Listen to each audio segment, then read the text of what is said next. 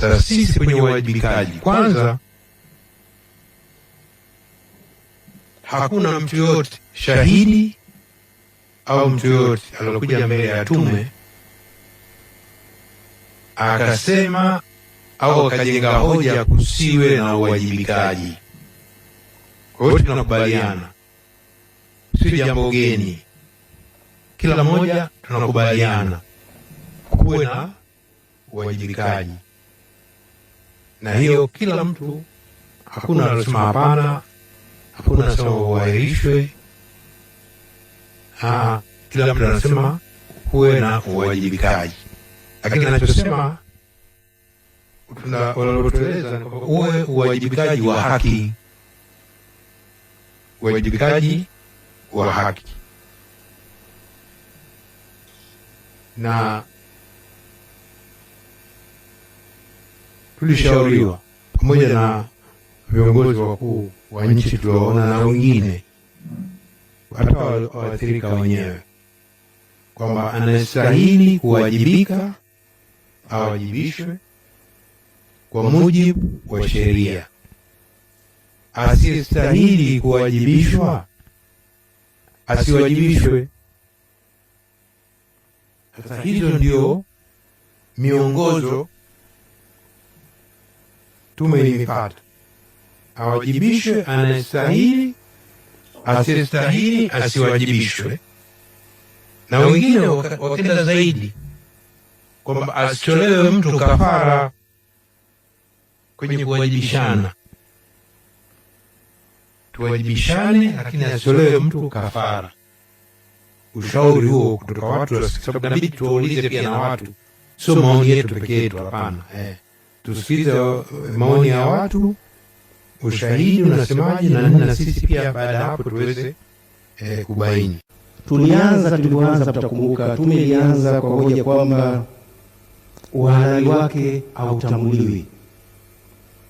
Nadhani wote tunakumbuka uhalali wa tume ulikuwa unatiliwa mashaka. Sasa kwa bahati nzuri, kesi ikafunguliwa Mahakama Kuu, ikasikilizwa, na sisi tukatoa hati za viapo. Bahati nzuri, Mahakama Kuu ilitoa uamuzi wake. Sasa siku zote ni vizuri turejee hoja zilizowasilishwa Mahakama Kuu kupinga uhalali wa tume, na ni hoja hizo bado zingine kuendelea kupinga taarifa ya tume. Mimi naamini Mahakama Kuu ilijibu hoja nyingi sana za msingi.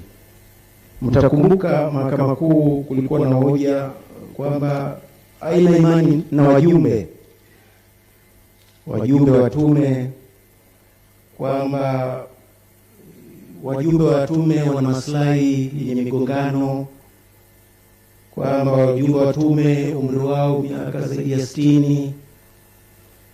Kwa nini hakuna wajumbe kutoka chama cha wanasheria Tanganyika?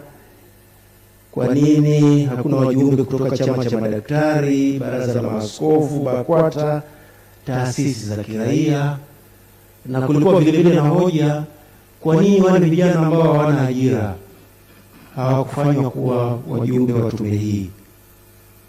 Na majibu ya Mahakama Kuu yamechangia katika kuongeza jurisprudence ya tume za uchunguzi, kwa sababu maamuzi kuhusu tume za uchunguzi ni maamuzi machache, na sheria ya tume hii ni ya zamani kidogo, ilitungwa mwaka 1928, na tangu wakati huo kumekuwa na mabadiliko makubwa. Kwa hiyo uamuzi wa Mahakama Kuu umezingatia mabadiliko yaliyotokea, mabadiliko ya haki za binadamu, mabadiliko ya